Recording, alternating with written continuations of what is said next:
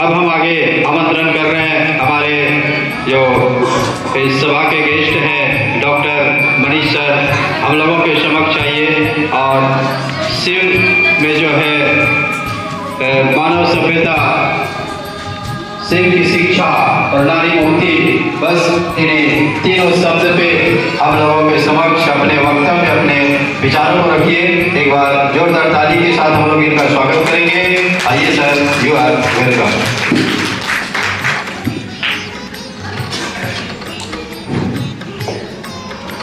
धन्यवाद। सबसे पहले मैं यहाँ पर उपस्थित मंच में सभी गणमान्य अतिथिगण और मंच को, आदरणीय मंच को नमस्कार करता हूँ और यहाँ उपस्थित जितने भी दादा दीदी हैं, भाई बहन हैं, सभी को मेरा प्रणाम। आज महाशिवरात्रि है और इस पवित्र दिन के अवसर पर यह टॉपिक्स जो रखा गया है काफी गंभीर है, ज्वलंत है और समाज से जुड़ा हुआ है। दूसरी बात, आज विश्व महिला दिवस भी है, तो शिव की शिक्षा और महिला को जोड़ने का कार्य किया है। तो सबसे पहले तो इस टॉपिक्स के बारे में मुझे जब जानकारी मिली कि सर आपको बोलना है, तो मैंने कहा कि शायद क्या इसमें टॉपिक्स चेंज हो सकता है क्या, बड़ा क्रिटिकल टॉपिक्स लग रहा है, 3 बातें को समायोजन करना इतना कम समय में संभव नहीं है। तो उन्होंने कहा कि नहीं, थोड़ा सा लग रहा है मुश्किल, अब फिक्स कर दिया गया है टॉपिक्स, तो इसी को सर करना होगा। ठीक है, कोई बात नहीं है, समय कम था। तो सबसे पहले आज जिन्होंने इसे फिक्स भी किया है उनका नाम भी शिव शंकर जी है। तो सबसे बड़ी बात है कि वो शब्द भी, दिन भी ऐसा रखा गया है, लेकिन उनके मन में जो मैंने सोच भाव इस टॉपिक्स को रखने का है, वह जो मैं समझ पाया हूं वह यह है, शिव की मानव सभ्यता, शिव की शिक्षा और नारी मुक्ति। महिला दिवस, शिवरात्रि और मानव सभ्यता कहां पर स्थित है, कहां पर प्रासंगिक है, मैं जहां तक समझ पाया हूं तो यह प्रासंगिक है। इसलिए प्रासंगिक है क्योंकि आज विश्व में जियोपॉलिटिकल ईरा में हम देख रहे हैं कि सभ्यता का अंत होने जा रहा है, सभ्यता का संघर्ष। सबसे पहले 1993 में पी हंटिंगटन ने अमेरिका में कहा था कि आने वाला दिन जो है वो सभ्यता का संघर्ष का दिन होगा, जिसे फ्रांसिस फ्यूकुयामा ने भी कहा कि इतिहास का अंत होगा। तो यह डिबेट का विषय था कि सभ्यता का the end of the civilization. और आज हम देख रहे हैं कि यूक्रेन और रशिया के बीच में कितने लंबे समय से युद्ध हो रही है, और ये इस युद्ध में दो देश के बीच में पिसा रहे हैं कौन? आम जन, आम महिला, बच्चे, इनोसेंट पर्सन जो है वो उनका सफाया हो रहा है। एक सभ्यता जो यूक्रेन की थी उसको पाषाण काल में बदलने का कार्य हुआ है। निश्चित रूप से यह विषय जो है प्रासंगिक है।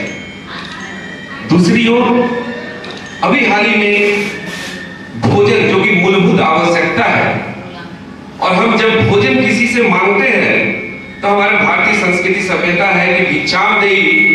आज हमारे जितने भी सन्यासी हैं, गृहस्थाश्रम में टिके हैं, और वो भिक्षाम देई शब्द से वो लाभान्वित हुए हैं और यहाँ पर जो सन्यासी और आध्यात्मिक परंपरा विकसित हुई है, चाहे वह बौद्ध धर्म से हो, जैन धर्म का हो या कोई भी आध्यात्मिक हिंदू धर्म का हुआ है, वह भिक्षामदेही से हुआ है, यह शब्द से हुआ है। और आज ऐसा दिन आया कि गाजा पट्टी में लोग खाने के लिए मांग कर रहे थे और उस पर गोली बरसाई गई, हजारों लोग मारे गए। भिक्षामदेही का ये सभ्यता है कि सभ्यता कहां पर क्लैश कर रहा है कि खाने पर भी मांगा जा रहा है तो वहां पर गोली बरसाई जा रही है। अभी हमने दादा से बात किया, उनका पोस्टिंग अफ्रीका था, अफ्रीका जो भी सोमाली सूडान है वहां पर वो पोस्टेड थे। तो मैंने पूछा कि वहां पर एड्स बहुत ज्यादा है दादा, क्या बात है?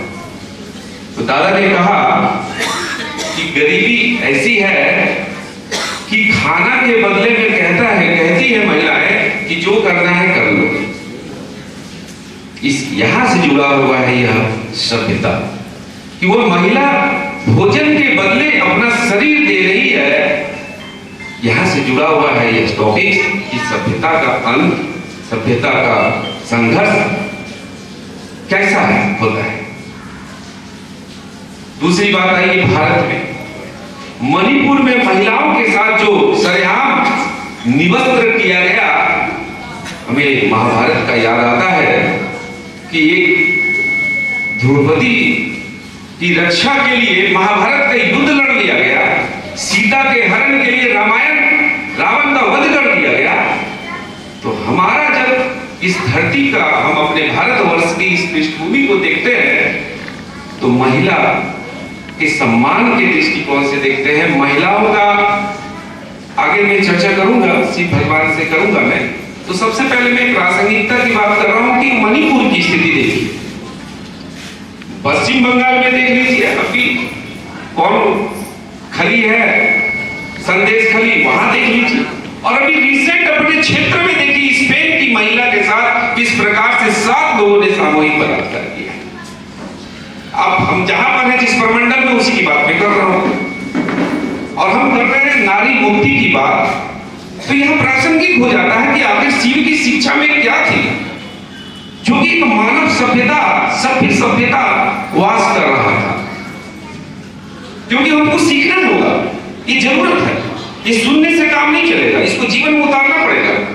क्योंकि हमारा नजरिया जो है वो राक्षसी हो गया है और वो शिव की सभ्यता से बिल्कुल विपरीत है। शायद इसलिए इस टॉपिक्स को रखा गया इस धर्म सम्मेलन के माध्यम से, ताकि बातें निकली जाए, बात आगे आए। हमारे युवा, अभी आज हम बोल रहे हैं, कल यहाँ पर युवा आएंगे, उनके लिए प्रेरणा स्रोत होना चाहिए कि आखिर कौन सा नजरिया है जो कि शिव की शिक्षा, ऐसी क्या शिक्षा है जो कि नारी मुक्ति हो जाएगा और मानव सभ्यता विकसित हो जाएगी।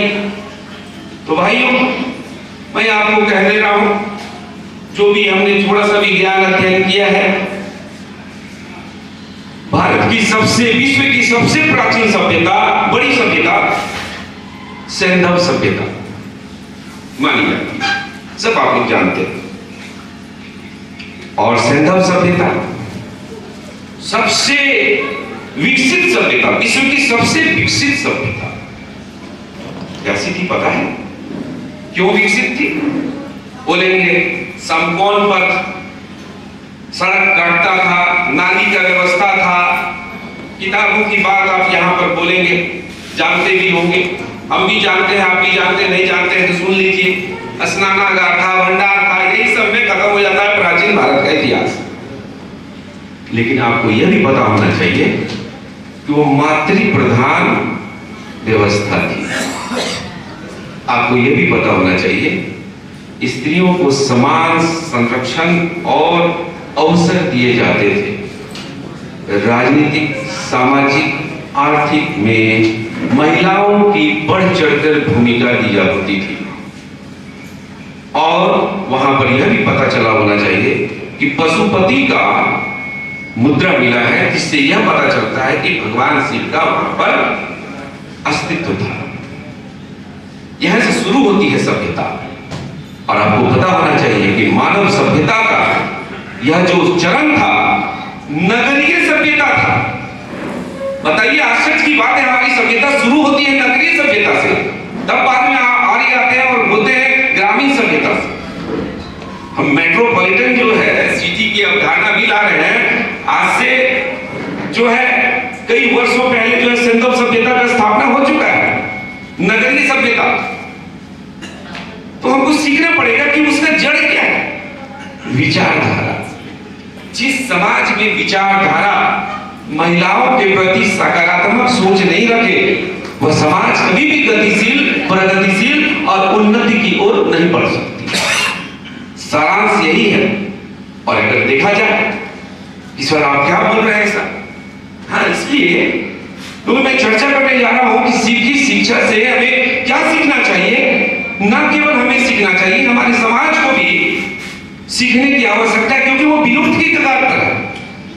क्योंकि हम जाकर बासुकीनाथ में जल ढाल करके, वैद्यनाथ मंदिर में जल ढाल करके, शिवलिंग की पूजा करके ही हम उनकी जिम्मेदारियों से मुक्त नहीं हो सकते हैं। हमें इस चीज की आवश्यकता है कि आखिर उनके कौन सी शिक्षा थी जो कि इतने सभ्यता को बनाया था। और हम बात कर रहे हैं 2047 तक भारत विश्व महाशक्ति बनेगा, आध्यात्मिक शक्ति बनेगा। अरे भैया, हम तो थे, हम तो बर्बाद हो गए, हमको कर दिया गया। और ये पाश्चात्य संस्कृति ने, औपनिवेशिक शासकों ने और विदेशी आक्रमकों ने भारत की संस्कृति सभ्यता को तहस-नहस कर दिया। इसलिए लिख दिया गया है मानव सभ्यता। मानव सभ्यता की सुरक्षा करो। अब आवश्यकता है, अब विषय हो जाता है कि आप हिंदू हैं तो बाल क्यों नहीं मुड़वाए हैं? अब लीजिए, हिंदू हैं तो बाल क्यों नहीं मुड़वाए हैं? उन्हें भी चल रहा है, न्यूज वगैरह सुनते होंगे। किसी ने कहा, नेता ने, कि मोदी जी बाल काहे नहीं, अगर हिंदू हैं तो मां के मरी तो बाल काहे नहीं मुड़वा लिए? अब बताइए, अब वो हिंदू नहीं है क्योंकि उन्होंने बाल नहीं मुड़वाया। हमें शिक्षा शिव से लेनी चाहिए कि उतना जटाधारी, क्या वो हिंदू नहीं थे? क्या वो सनातनी नहीं थे? पूछना चाहिए उन शिव भगवान से, पूछना चाहिए कृष्ण भगवान से, और पूछना चाहिए आनंद मूर्ति जी से कि क्यों नहीं इन्होंने श्राद्ध क्रम में किसी भी बच्चों का, किसी भी जो पिता मर जाते हैं, मां मर जाती है, तो उनका बाल केस से कोई मतलब नहीं है, नाखून से कोई मतलब नहीं है। तो क्या ये आनंद मार्ग हिंदू धर्म नहीं है? अभी राष्ट्र का सबसे ज्वलंत मुद्दा है। तब मोदी जी कहते हैं हम हैं आपके परिवार, हम हैं आपके परिवार। तो विषय को अगर हम गंभीरता और केवल सिंपोजियम में केवल हम कथा कहानी के रूप में लेंगे तो वहां निरर्थक हो जाएगा, हमारा भी समय बर्बाद होगा, आपका भी समय बर्बाद होगा। इसलिए मैं चाहता हूं कि शिव की सभ्यता क्या थी, कैसी थी, उसके बारे में हम लोग को ज्ञान सीखना चाहिए। इसलिए जिससे नारी मुक्ति हो, और नारी मुक्ति जब होगा तभी समाज की मुक्ति होगी। बिना नारी की मुक्ति के संभव नहीं है। रिजर्वेशन 33% अभी भी देने में बड़ा कसा है। नया भाई राजनीति में भी नहीं आता, रिजर्वेशन भी देने में बहुत कसा है। चलिए आते हैं मेन टॉपिक्स पर। तो सिंधु सभ्यता मातृ प्रधान सभ्यता थी, और पशुपति का अस्तित्व यह व्याख्या करता है कि भगवान शिव ने कोई ना कोई ऐसा मानव था, महामानव, जिसने इसका प्रादुर्भाव किया। समाज जंगली था, पशुवत था, आदि मानव का समाज था। नवपाषाण युग के बाद ट्रांसफर होता है सिंधु सभ्यता।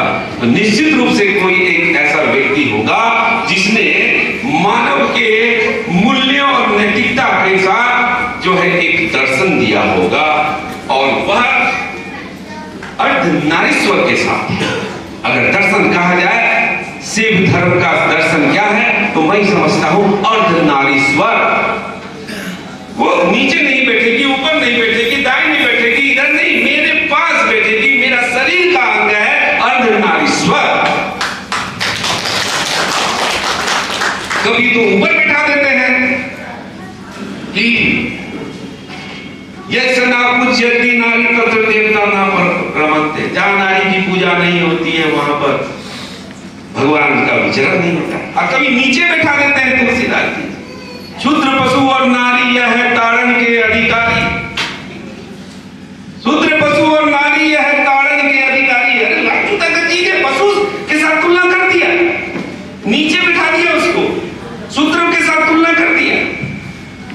महावीर कहते हैं नहीं, मेरे पास मेरा शरीर का अंग है नारी। नारी ना तो ऊपर है ना तो नीचे, मेरे शरीर का पार्ट है नारी, Ardhanarishvara. It is the philosophy of the Shiva. Nobody will can say that कि you will fulfill only the worship of the Shivaling and you can tell that I am the bhakta of the Shiva. I am not satisfied about this sentence. Second, उनका शरीर को अगर देखा जाए गौर से, गंगा जटा से निकलती है। कथा कहानी बहुत सुने होंगे, 4 पत्नी थी, 2 पत्नी थी, मैं उस पर नहीं जाता हूं। उन्होंने कहा उनका जो गंगा निकलती, इसका ना ज्ञान जो है, जो गंगा है वो ज्ञान गंगा की जैसा होता है, मस्तिष्क में होता है और ऐसा प्रभाव होना चाहिए, गंभीरता होनी चाहिए। गंगा का मतलब ये हुआ, गंगा का मतलब पवित्र, और पवित्र होना चाहिए।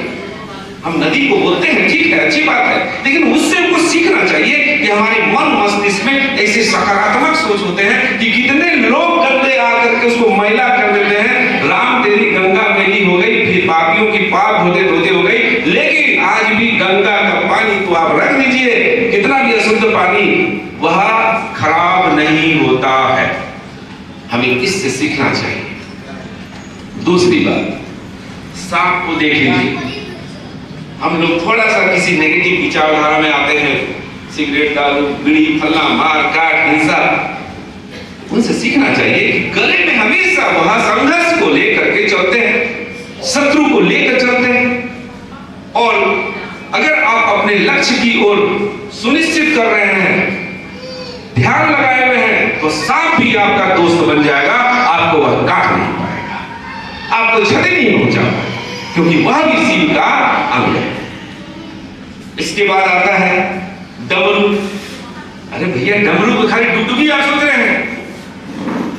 भारत में कला, साहित्य, संस्कृति का विकास जो है वो वहां से है। इसका मतलब वो जन्मदाता है कला, साहित्य, कला, विज्ञान के जन्मदाता भगवान शिव माने जाते हैं। उसके बाद आ जाएंगे त्रिनेत्र, भस्म हो जाएगा।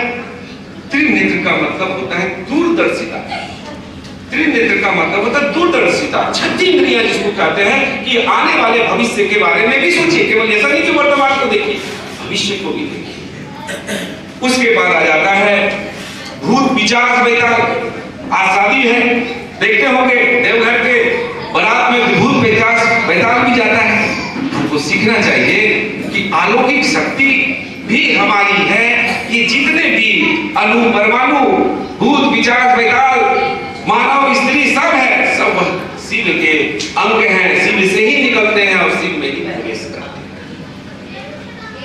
आपको पता होना चाहिए जैन धर्म, बुद्ध धर्म का अस्तित्व ही सांख्य दर्शन है, और सांख्य दर्शन का अस्तित्व है प्रकृति और पुरुष, और प्रकृति और पुरुष का मूल आधार है शिव का दर्शन। और जितने भी आप देख रहे हैं पुरानी कथा कहानी, सारे दर्शन शिव के हो रहे हैं, आ रहे हैं। तो ऐसी परिस्थिति में हमें मूलभूत चीजों पर जाना चाहिए कि आखिर शिव के दर्शन में कौन सी ऐसी बातें हैं, क्योंकि हम बुद्ध और हम जैन नहीं बन पा रहे हैं, और भारत से अध्यात्म विलुप्त होते जा रहा है और सिमट कर रहा गया। सनातन बेकार है, सनातन खराब है। तमिलनाडु के मुख्यमंत्री बोलते हैं उनका बेटा कि सनातन बर्बाद है, खराब है, मार दो जान। अरे समझो यार कि तुम जो है एक राजा का बेटा हो, और एक राजा का बेटा गृह त्याग कर दिया यशोधरा को छोड़ करके, पत्नी को छोड़ करके, और फिर वह पत्नी के पास आता है और कहता है भिक्षाम देही। तो वो कहते हैं यशोधरा तुम अपना बेटा को हाथ पकड़ लो, ले जाओ। अरे यही पूछ कर जाना चाहिए था, तुम्हारे गृह छोड़ करके हमें कोई तकलीफ नहीं है, तुम चले गए अपनी सिद्धि के लिए, लेकिन तुम अपना हमको एक बार बता कर जाते, और ठीक है वापस आए हो तो बेटा को ले तो तुम देखिए, वहां भी स्त्री सम्मान देख लीजिए। उन्होंने पहले भी कहा था कि देखो हमको अच्छा नहीं लग रहा, हमको देश दुनिया जाना छोड़ना है, जाना है, हमको अध्यात्म की। आप समझ सकते हैं कि वहां भी महिला सम्मान है। और तांत्रिक साधना, अध्यात्म की ओर आते हैं, थोड़ा भैरव भैरवी को वो साधना सिखाए, तंत्र साधना सिखाए। हम लोग यहाँ एंड्रॉइड मोबाइल लड़का अभी नया नया डिजिटल हुआ है, मोबाइल ऐसा खींचता है कि लगता है यूपीएससी का बच्चा आता है, इंटरव्यू लेते हैं, बोले नहीं पढ़ा पाएंगे सर, 1 लाख रुपया देंगे, हटो यहाँ से। बोले दिमाग को ठीक करके आओ, चेतना बुद्धि को सोच समझ करके आओ कि तुम कहाँ आए हो और क्या करना है। मोबाइल में इतना डिस्टर्ब हो गया है कि उसकी चेतना तंत्र और मंत्र और अध्यात्म और प्रकृति पुरुष के बीच में जा ही नहीं पा रहा है सबको। और ये स्थिति है कि तंत्र हमें शिव से सीखना चाहिए कि अपने बच्चों को उन्होंने तांत्रिक साधना सिखाया, चाहे वो लड़का हो या लड़की हो। लेकिन आज हमारा समाज हिंदू और हिंदू में भी हम अपनी बेटियों को पुरोहित नहीं बनने देते हैं, पंडित जी नहीं बनने देते हैं, मुसलमान में हम मस्जिद नहीं जाने देते हैं। सीखना चाहिए हमें शिव भगवान से कि अपने बच्चों को भी तांत्रिक साधना वो किए और आगे बढ़ा रहे। भैरव भैरवी से सीखना चाहिए, हम बच्चों को भैरव भैरवी से सीखना चाहिए, खाली जल भरने से काम नहीं चलेगा। और यह जो क्षति पहुंचा है हमारा भारतीय समाज का, इसका पहुंचाने का काम हमारा वेस्टर्न फैशन, प्लेटो, अरिस्टोटल। प्लेटो देखिए सामने वाले की बात करता है, स्त्री को बोलता है कि कॉमन होगा, उसी से संतान की उत्पत्ति होगी, वह किसी का पत्नी नहीं होगी, इसका कोई आइडेंटिफाई नहीं होगा। एरिस्टोटल तो दास के साथ तुलना कर दिए, फादर ऑफ द साइंस, लेकिन उन्होंने स्त्री को दास के साथ तुलना कर दिया। अब जाकर के पता चला कि वहां पर वस्तु की तरह सेक्स मशीन और बच्चे पैदा करने वाली मशीन के रूप में पाश्चात्य में देखा जाता है। इसकी शादी की परंपरा जितना भारतवर्ष में है उतना वह परिपक्व 7 जन्मों वाली वहां पर नहीं होती है। कल शादी भी, परसों पता चला कुछ और हो गया, तरसों कुछ और हो गया। हमें सीखना चाहिए भगवान शिव से कि शादी की परंपरा की शुरुआत इन्होंने किया और विवाह का भी परंपरा इन्होंने किया।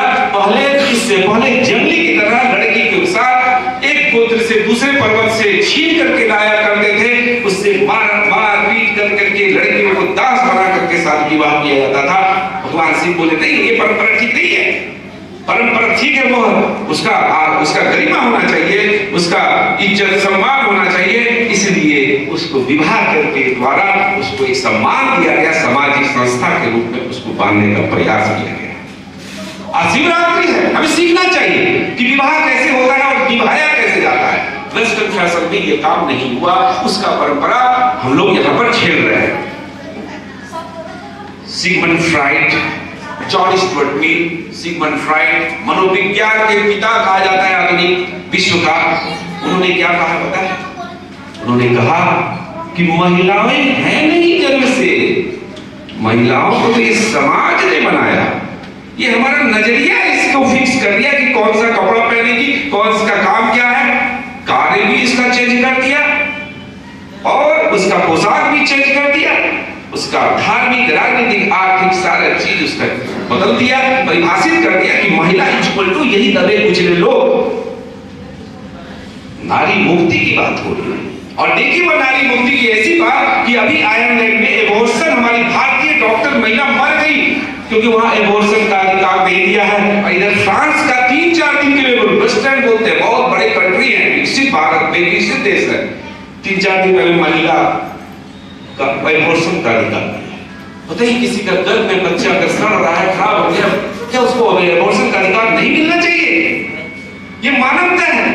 स्त्री के प्रति ऐसा सोच रखते हो और विकसित देश की बात करते हो।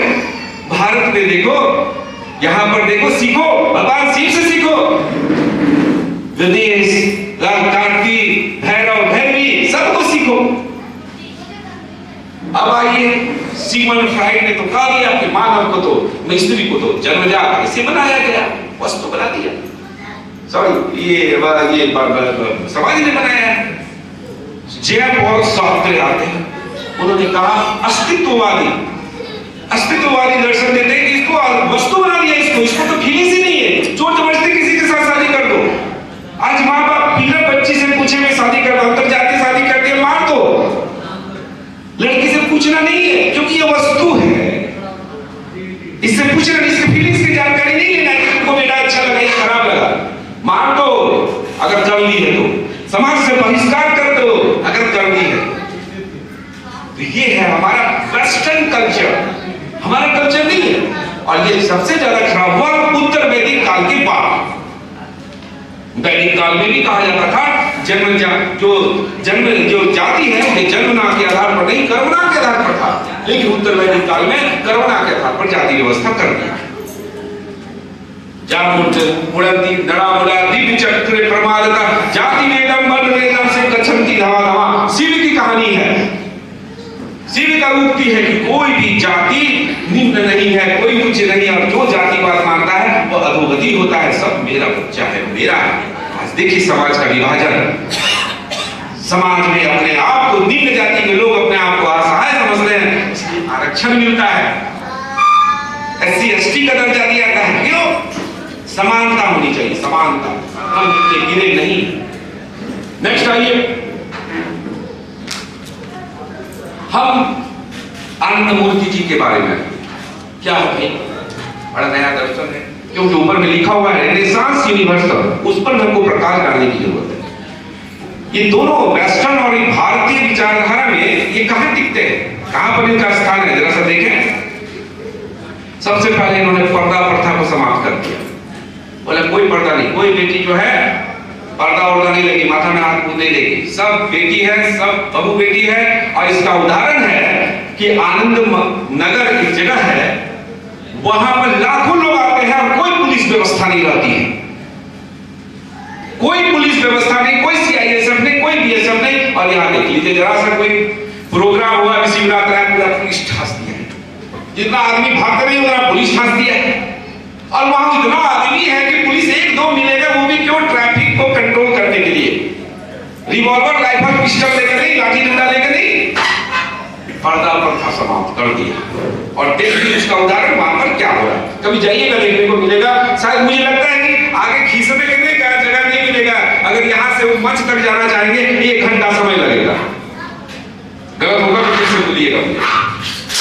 अंतरजातीय विवाह बोला कि नहीं, आनंदमूर्ति जी कहते हैं जाति से जाति में विवाह नहीं होगा, विश्व धर्म स्थापना नहीं होगा। ऐसे हम जब विश्व धर्म की बात करते हैं, वसुधैव कुटुंबकम की बात करते हैं, तो वसुधैव कुटुंबकम कहां स्थिर रहता है जी?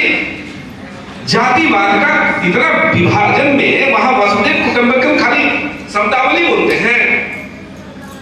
आनंदमूर्ति जी ने इसको भी समाप्त कर दिया कि अंतर जाति अगर कोई शादी किया, आप लोग में है कि जाति में शादी किया तो बहिष्कृत कर देते हैं, अंतर जाति किए तो, और यहां पर अगर जाति में किया तो बहिष्कृत उसको कर दिया जाता है।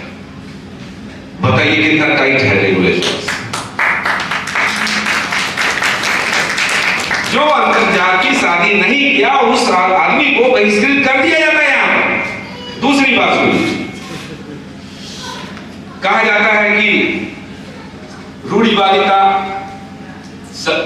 कर्मकांड, श्राद्ध में देखते हैं जिसका करीब कितना वैरायटी किया, 4 वैरायटी 5 वैरायटी पकवान में किया, मरा है उसके चिंता नहीं करते, तो 1 वैरायटी कम कर दिया, साला गरीब था, हमसे पैसा मांग लेता है तो और तू जो है मिठाई कर दे।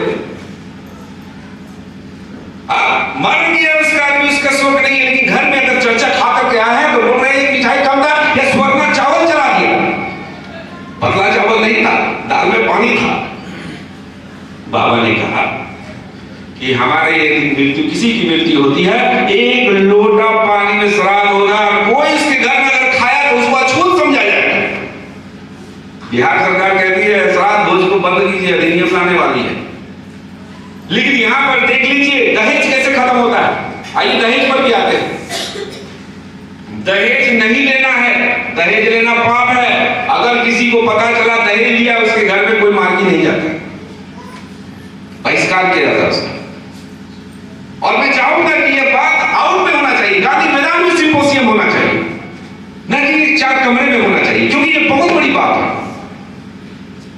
तीसरी बात मैं कहता हूं कि वो पानी जो ना 1 गिलास पानी श्राद्ध कर्म के बारे में आया, तो 1 लोटा पानी नहीं होना चाहिए। कोई उस दिन बोला गया है कि कोई अन्न नहीं खाएगा उसके घर में, और बस कीर्तन भजन किया, 1 चूरू खाली पानी लिया, बस चला गया, हो गया श्राद्ध। भगवान शिव का है ये सब। अब देखिए जाए क्योंकि इतना पुरान बन गया है कि उनकी जो सोच है वह खत्म कर दिया। इसके बाद बोले कि नहीं, मंदिर मस्जिद नहीं जाना। जैसे अपना बेटा बेटी को, भैरव भैरवी को उन्होंने तांत्रिक साधना सिखाया और गृहस्थी में रह करके मोक्ष मुक्ति की मैं ध्यान कर रहा हूं, जब परिवार पार्वती और बच्चे लोगों के बीच में, तुमको हिमालय जाने की क्या जरूरत है? गृहस्थ में रह करके अपने बच्चों को तांत्रिक विद्या सिखाओ और आत्म कल्याण, आत्म जगत, आत्म मोक्षात्म जगत हिताय की बात करो। दिखावा मत करो। हिंदुत्व की बात को माला और मंदिर और मस्जिद पर ही सीमित मत कर दो। हिंदुत्व और भी बड़ा है। हिंदू की परिभाषा बहुत बड़ी है, अकल्पनीय है, सभ्यता की जननी है हिंदू, और उसको मंदिर मस्जिद में मत सीमित करो। तो आप समझ सकते हैं, और भी कई बातें हैं जो मैं नहीं बोल सकता हूं, और भी यहां वक्त है। सारांश मैंने कहा, विश्लेषण करने के लिए स्वतंत्र है, पुस्तक है, इस धर्म को भी समझना चाहिए। इन्होंने शिव के वास्तविक स्वरूप को लाने का कोशिश किया, महिलाओं को समान दर्जा देने का कार्य किया, राजनीतिक, सामाजिक, आर्थिक, सांस्कृतिक सभी महिलाएं यहाँ इसमें मुख्य भूमिका निभाएंगी।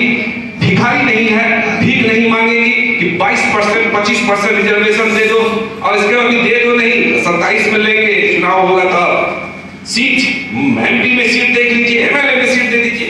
तो इस प्रकार से एक सभ्य समाज का तभी निर्माण हो सकता है जब नारी समाज का नारी समाज सभ्यता का विकास हो, और नारी समाज तभी हो सकता है जब शिव की शिक्षा और मूर्ति जी का शिक्षा को ग्रहण किया जाए। इसी के साथ दो शब्दों के साथ रखता हूं। धन्यवाद।